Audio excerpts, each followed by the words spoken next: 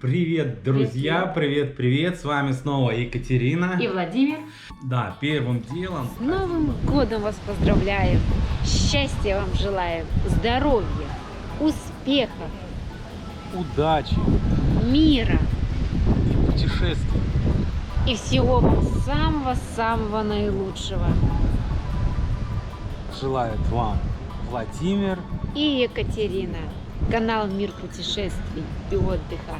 А поздравляем мы вас из солнечной Хургады. С новым вас 2022 годом! А сегодняшнее наше видео, как вы видите, наверное, не отличается от многих других, потому что в этом видео мы с вами хотим поделиться, наверное, той информацией, которую мы узнали. Раздобыли, провели кое-какие расследования, поговорили с очевидцами, с нашими друзьями, с соотечественниками и хотим затронуть такие темы. Правда ли так красочно и красиво жизнь в сказочном Египте, как ее показывают с экранов телевизора? Затронут вопросы немножко о недвижимости, о транспорте, о ведении бизнеса, о всем по порядку. И первый наш вопрос – это жизнь наших девушек, которые приезжают работать именно конкретно в Египет. И хочу отметить, что мы возьмем один взятый город, где мы проживаем, это Хургада. Именно по Хургаде, и это все мы вам расскажем. Да. И начнем с того, что, как вы знаете, что аниматорами работают девушки, это буквально до 30 лет. Да, у них короткий, как говорится. Да, а потом им уже надо задумываться о дальнейшем, что же им делать дальше. Да, и что приходит на мысль, это чтобы остаться здесь, нужно выйти замуж. Да, любая девушка, мне кажется, она мечтает выйти замуж, а здесь, наверное, вдвойне, чтобы еще и остаться в этой стране. Да. Хотя не понимают, что они находятся в мусульманской стране, и здесь мусульманские законы. Многие об этом не догадываются, не знают, просто не знают, как это живется жене замужем за арабом. За египтянином, будем называть красиво. Да, даже если мечта девушки сбывается, и она выходит замуж за египтянина или за местного жителя, то не так все хорошо может сложиться, потому что это мусульманская страна, и если вы попадете в сугубо верующую семью мусульманскую, где жизнь трактуется по законам семьи, Корана, то вы полностью на вас это закончится свобода. Свобода закончится, и вы попадаете, как говорится, в золотую клетку, потому что ваша полностью жизнь будет зависеть от мнения мужа, от его мамы. И вы, как знаете, как надевают на наших советских этих черную одежду, не знаю, как она называется, да, паранджу, и шаг влево, шаг вправо, это, как говорится, побег. Но есть и другая, конечно, сторона. Есть уже более современные египтяне, уже по европейским меркам они живут. Как бы здесь и есть и минусы, и плюсы. Мы узнали и про минусы, и про плюсы. Да, конечно, жалко тех, которые...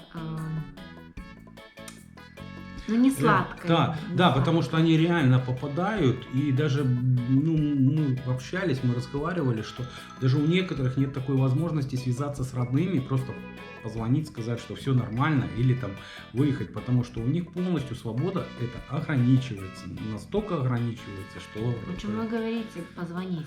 Они даже не имеют права выйти на улицу. Так, все делается с разрешения мужа и его семьи. И пообщавшись с нашими знакомыми, мы задали вопрос, как вам вообще живется в Египте?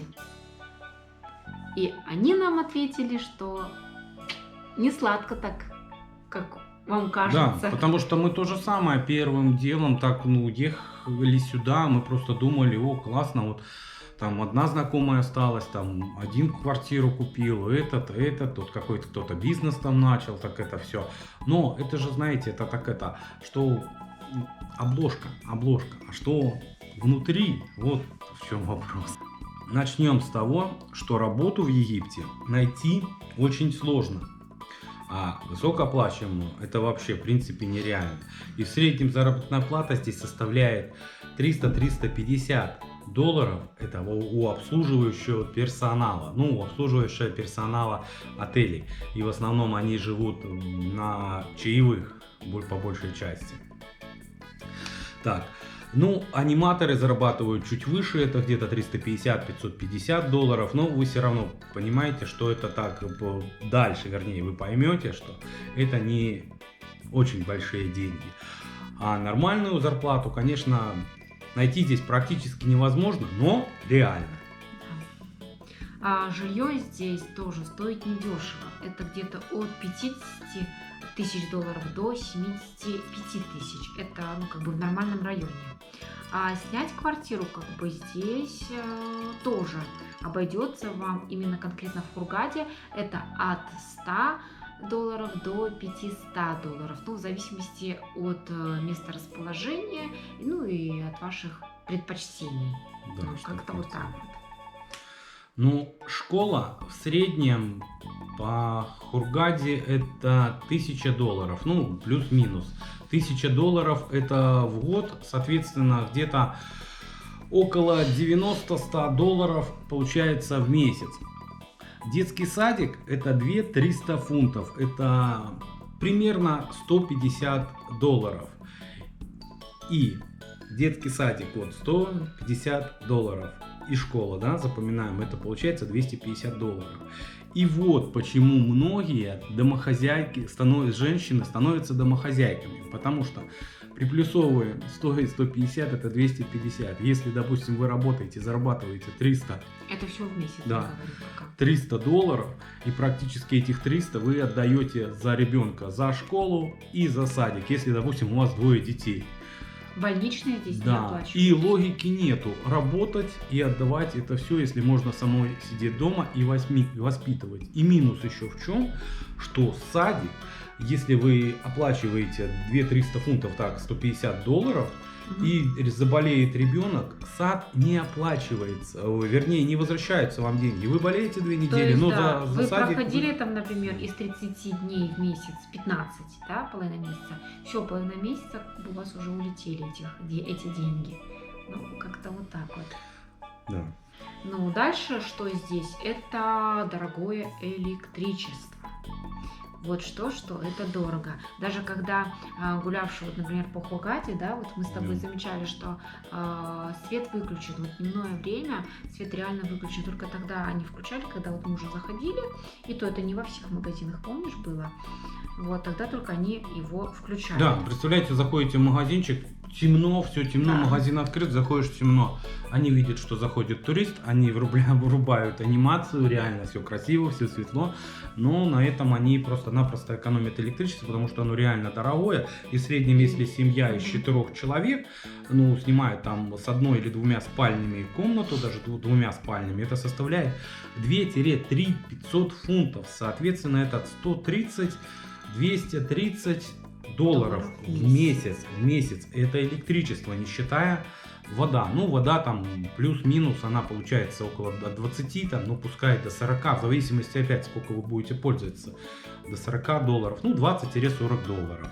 Продукты здесь где-то обходятся в месяц. Это от 150 до 200 долларов в месяц. И вот если, исходя из того, что мы сказали, если это вот все посчитать, получается вот продукты 200 долларов, потом квартира 200 долларов, это уже 400, потом школа стоит 500, садик это 150, это 650. И электричество, там вода 200. Вот 850 долларов в месяц это как минимум зарабатывать муж, чтобы содержать, ну, хотя бы вот то, что вот я сказала. В среднем. Да, чтобы содержать в среднем свою семью. Но сюда не входит, самое важное, это здравоохранение, которое оно не дешевое здесь, реально не дешевое. Плюс не входит машина, бензин, хоть бензин здесь дешевле, чем вода, но все равно это расходники, и они присутствуют. И, ну, многое другое, которое, другое, которое нужны мы же в не обиходе сказали, жизни. Да, вот купи там что-то в дом, что-то, ну, ребенок что-то захотел игрушку, да. Несмотря еще вот на эти много очень расходников. нюансы.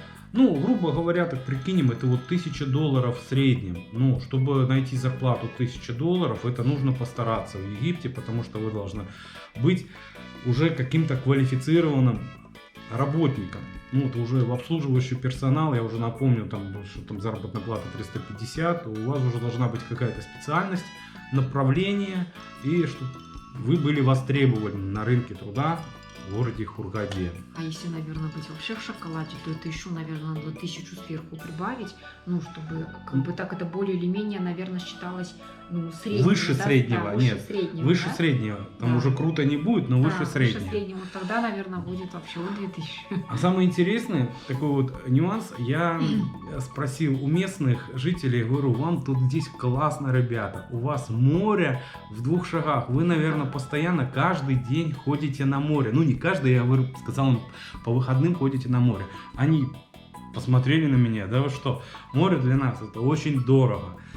И когда пояснили мне, Я была реально, удивлена, когда да, мне сказали, почему. да, потому что мы приезжаем в отель, пляжи в отеле, они же, да, уже включены в вашу стоимость. И вы пользуетесь, ходите сегодня, завтра, через час, через полчаса, и вы даже не понимаете, что это стоит денег. А в городе пляжи в основном они платные. И стоимость на одного человека это 150 фунтов. Это $10 с человека на день сходить на пляж. Вот семья из 4 человек, допустим, примерно, наступило воскресенье, вернее, у них не воскресенье, у них пятница, выходной день. Не так, как у нас, а пятница, выходной день. В пятницу они решили сходить отдохнуть на море, покупаться с семьей из 4 человек. За 4 они платят $40 на день. Ну, вы понимаете, вы приходите с детьми на день, дети хотят сока, попить, Мороженого, покушать, пообедать всего. всей семье. Ну и в среднем, ну если брать мороженое, там $1, то же самое, это, да, в нетуристических зонах мороженое там получается 30 центов, даже дешевле, чем у нас, но в туристических оно значительно так это получается $1, да. Мороженое, соки, обед, ну это мы примерно прикинули, это выскакивает $100. И вот посмотрите, чтобы один выходной провести с семьей на берегу Красного моря, выскакивает у вас $100. Да И- какое там да, море? да. Уже не захочется за $100 идти отдыхать Вот. на море. И они нам точно так сказали. За такие деньги у нас пропадает всякое желание ходить на этом море. И вот вы, дорогие друзья, услышали от нас реальность жизни в стране третьего мира, где цены на продукты, на лекарства, на обслуживание реально европейские. Реально европейские. А уровень жизни, не уровень жизни, условия жизни оставляют желать лучшего. Потому что мы много выпусков, кстати, по ссылочке проходите, смотрите, показали то, что мы видели своими глазами. Полная антисанитария в нетуристических зонах. Мы потому что посещали нетуристические зоны, где отсутствует полная антисанитария. Показали, как изготавливается в реальности хлеб, как это все делается, после которого Катя прекратила есть реально египетский хлеб. Какой рассадник крыс в Хургаде. Ну, реально, мы показывали то, что видели своими глазами. Конечно, я тоже был, хотя я уже, наверное, раз 5, наверное, в Египте, я был реально шокирован, потому что по большей части мы всегда жили в отелях, не снимали квартиру, жили в отелях, и, как говорится, Где всё так да, хорошо.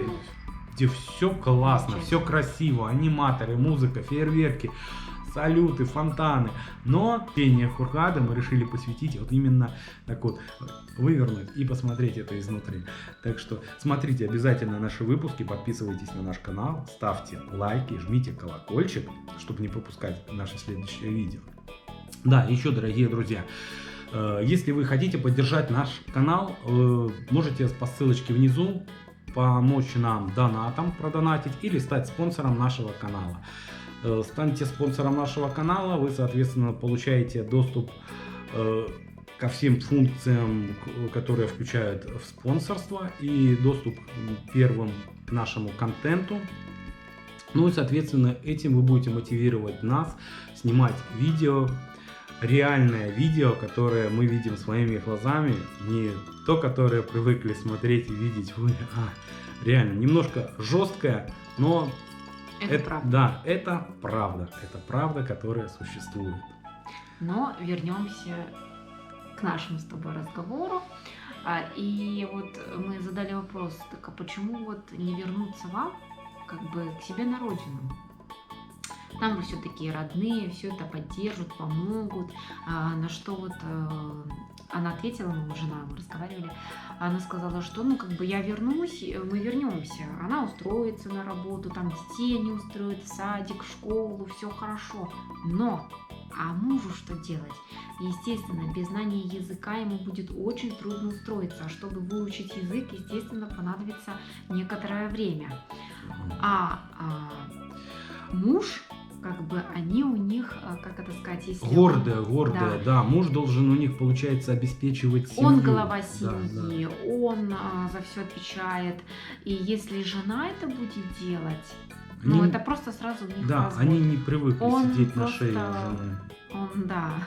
Он не выдержит Но такого. это, которые истинные мусульмане, истинные преданные своей вере, которые реально порядочные. И потому что многие здесь, опять же, в туристической зоне живут на содержании иностранок, это немок, англичан, просто-напросто они, как говорится, уже пожилых иностранок, Мгм. которые приезжают сюда, покупают квартиры, и они этих молодые, как говорится, арабы их обслуживают, как говорится, ну, вы сами понимаете, чем они занимаются, но это альфонсы, одним словом.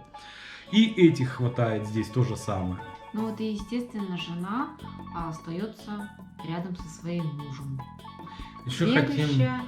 хотим затронуть вопрос недвижимости. Что по недвижимости? Недвижимость здесь стоит в среднем, 35-75 тысяч долларов, мы уже говорили, там 55-75, такое можно найти, даже есть предложение 9 тысяч долларов тоже недвижимость. Все зависит от района, местоположения, удаленности от моря. Все факторы влияют на стоимость недвижимости. Итак, у меня вот есть хороший знакомый, который приобрел недвижимость на территории отеля 5 лет назад, примерно где-то за 70 тысяч долларов. Да? И он меня попросил упомянуть видео, чтобы наши русские соотечественники ни в коем случае не покупали недвижимость в Египте. Лучше ездить, отдыхать, снимать, арендовать, но не покупать, потому что тяжело владельцам недвижимости, очень тяжело. И он поделился своим опытом. Купил он свою недвижимость примерно где-то 74 тысячи долларов лет 5 назад, а сейчас он просто не может ее продать. Продать даже за половину суммы он не может ее продать. На мой вопрос, а зачем продавать, это же круто, у тебя недвижимость, ты приезжаешь, не нужно тебе платить, как говорится, путевку, если ты приезжаешь в свою квартиру, приехал и живи. И тем более первая береговая линия, это же вообще-то круто. Но он сказал, получается, ты приезжаешь к себе, можно сказать, домой. Во-первых, ты уже летишь не чартером, потому что чартеры все окупаются, а летишь регулярным рейсом. Это ты попадаешь уже на билетах. Это первое. Во-вторых, в то время, когда... во-вторых, еще плата, так как у нас коммунальные услуги, у них они платят отелю это за свет, за воду, за мусор, за лифты, за все полностью обслуживание, где-то примерно составляет под 80 долларов, даже в некоторых местах под 100. Это опять в зависимости от квартиры, с какой студии у вас, с одной спальней, с двумя спальнями, примерно вот так. Будь здоров. Да, примерно вот так составляет. И плата это снимается ежемесячно. Соответственно, если вы приехали, отдыхаете 2-3 месяца, вы заплатили, отдыхаете. Вы когда уезжаете, то это то же самое нужно платить, потому что были случаи, люди уезжали, по незнанию приезжали, им 9 тысяч этих фунтов в плечи выставляли счет, а 9 тысяч фунтов это раз, два, 3, 4, 5, 6, 600 долларов вот за год у них нарастало. Да? И здесь то же самое. Получается, вы улетаете, но платить-то вы за нее будете. Хорошо, вы зададите вопрос, так зачем она будет пустовать, если можно запустить туда, просто-напросто сдать в аренду? Пожалуйста, можно сдать в аренду. Но если вы собственник одной квартиры, это намного сложнее, потому что если у вас, допустим, как вот есть здесь 10 квартир, 12, 13, 14, да, люди уже просто живут и они сдают. И за счет этого они живут прямо здесь и сдают квартиры, и все, как говорится, работают. Удобно. Да, удобно. Они, это их заработок, они зарабатывают с этого. А если у вас одна квартира, то сделать это намного сложнее. Ну, представляете, вы, допустим, улетаете к себе домой, занимаетесь своим делом, работаете, у вас квартира, раздается звонок или в интернете пишут, хотим посмотреть квартиру, готовы въехать через 2 недели, нужны, да, фото одно, но вы понимаете, сейчас, да, мы поехали без просмотра, мы поехали по фото. Ну, многие, которые здесь проживают, они меняют квартиры, да, живут в одном районе, посмотрели, лучше там, дешевле там, переехали. И, как говорится, своим глазам лучше доверяют. Ну, и как вам это сделать, чтобы дать человеку, там, или, допустим, они пишут вам, мы стоим возле вашего отеля, возле вашей квартиры, покажите нам квартиру. Как вы покажетесь, находясь там? Это первый минус. Соответственно, вы можете сказать, да, можно попросить кого-то знакомого, но не каждый знакомый согласится нести за себя ответственность за квартиру, где она мебелированная, соответственно. Нанимать риэлтора, платить за это риэлтору, ну, опять получается, заплатили вы риэлтору, заплатили вы квартплату, как я называю ее, за эту квартиру, и сдали ее вы там за $300, соответственно, имея квартиру, вы просто вышли в ноль, просто в ноль. Риэлтор, квартплата, вам ничего не досталось. Так что вот так вот обстоят дела с недвижимостью. И плюс еще продать ее реально очень тяжело, потому что здесь у них местные эти налоги, потому что вы платите еще налог в течение года за эту, чтобы полностью, если вы захотите продавать, чтобы все налоги были закрыты. Если вы имеете недвижимость, за год полностью закрыты. Потом у них есть такие теукили, это генеральная, таукили, генеральная доверенность. Если это была недвижимость на вторичное жилье, это покупалось, то должны все теукили присутствовать при продаже. Это так очень, это вот такая бюрократическая проволока, что реально очень сложно. Я говорю, вот мой знакомый, просто он реально локти кусает и может ее продать. Такая же ситуация обстоит с автомобилем, потому что, покупая автомобиль, вы сам себе не можете ее зарегистрировать, и, как правило, ищете местного жителя, египтянина, чтобы зарегистрировать на его. Но не всегда попадаются порядочные египтяне, которые реально порядочные, могли на себя зарегистрировать, и при этом все было гладко. Потому что были случаи, что просто-напросто что можете остаться и без автомобиля. Да, вы скажете, ну на это есть полиция, суды, да, суды присутствуют, но в судах тоже интересно, у них такая бюрократия, как у них, когда египетские суды славны тем, что затяжными процессами. Вы понимаете, что они привыкли все здесь откладывать. И подали вы заявление, и суд может длиться 3, 5, 6 лет. Он будет переноситься, но ваша нервная система и здоровье, оно, да, это же не восстанавливается, и поэтому, как говорится, кому это надо. Ну, не все всегда так это, как говорится, я так, может, сгустил краски немножко, но попадаются, я говорю, встречаются и порядочные местные жители, и классные ребята, и мы со многими подружились, и с хозяевами магазинов тоже, очень много знакомств здесь завели, реально хорошие, обменялись координатами, даже до сих пор мы переписываемся, и в Луксоре познакомились, кстати, с нормальными тоже парнями. Так все равно это огромный риск, это огромнейший риск. Да, так что вот жить здесь, прежде чем переехать сюда и остаться пожить, вы сначала приедьте, снимите жилье, поживите вот как мы, там месяц, год, 2, 3, 4, полгода, да, я думаю, 3 месяцев вполне вот так вот хватит, как мы, чтобы узнать все эти вот плюсы и минусы, недостатки, и пообщайтесь с местным, чтобы нашими головой окунуться, да, с соотечественниками пообщайтесь, чтобы они вот все рассказали, потому что у многих хорошо все складывается, у многих хорошая престижная работа, все классно, все здорово, но замечу, мы находимся в Хургаде, а это туристический город, и когда она сейчас идет, это опять, как этот волна новая, омикрон, да, этот омикрон сейчас уже, да, на нас напал. А когда только вот всплеск ковид, этот был года 3 назад, да, и россиян сюда не ездили, и полностью было закрыто. Город туристический, соответственно, спад и зарплата упали реально. И люди здесь, можно сказать, выживали. Хотя во всей стране такая не сильно хорошая ситуация была, везде, во всем мире. Но здесь реально тяжело, потому что город туристический, и здесь все зависит только от посещаемости туристов. Так что вот такие вот дела. Ну что ты, Катя, добавишь что-нибудь? Ну, про бизнес ты немножко там тоже сказал, упомянул. Ну да, вот бизнес, вести бизнес тоже сам, как говорится, тоже не очень, потому что вы, как знаете...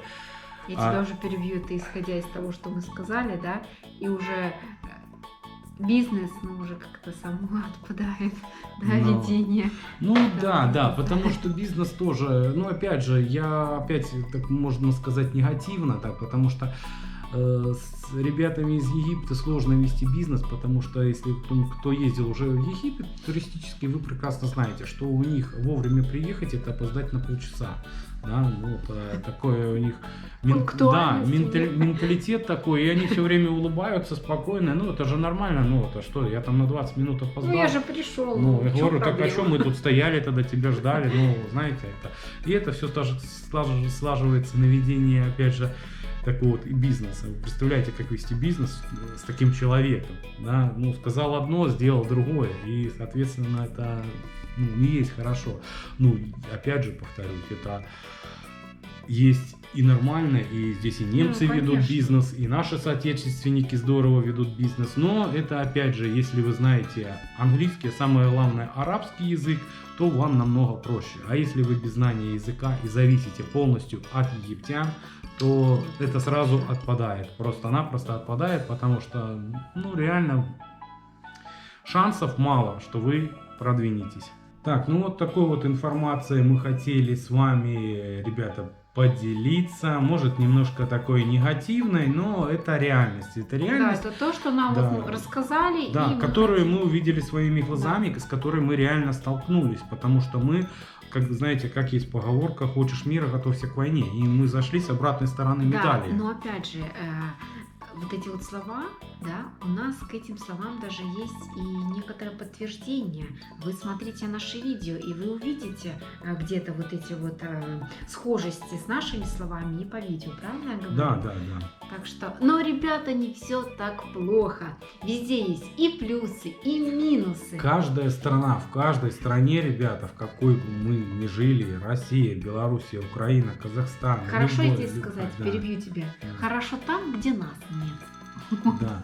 В любой стране, как говорится, есть свои плюсы, минусы, есть какие-то погрешности, есть какие-то недовольства. Но прежде чем что-то принимать, какие-то решения, там, переезжать там постоянно или как-то это всегда вы, соответственно, проведите как расследование. Да. Приедьте, поживите и увидите все это своими глазами. Если вы будете видеть, что все классно, значит, вопросов нет. Ну, самое главное, конечно, язык. Ну, английский это хорошо, ну, как у них... Арабский так у них вообще. Да, потому что самое главное, если арабский, потому что это здесь в туристической зоне английский более-менее. Мы были в Луксоре, там практически мало кто английским владел. А те, кто владели, то просто-напросто друг друга не понимают. Так что вот на этом, как говорится, на этой прекрасной ноте будем заканчивать свое видео. Так, ребята, не забывайте ставить лайки, подписка, колокольчик. И опять же напомню, становитесь спонсорами нашего канала. Вы мотивируете нас на путешествия, мотивируете нас на расследование, докапываться до истины. Ну, все, ребята, до новых встреч! Ну а как всегда, с вами был канал Мир путешествий и отдыха. Вова и Катя. Пока-пока. Пока-пока.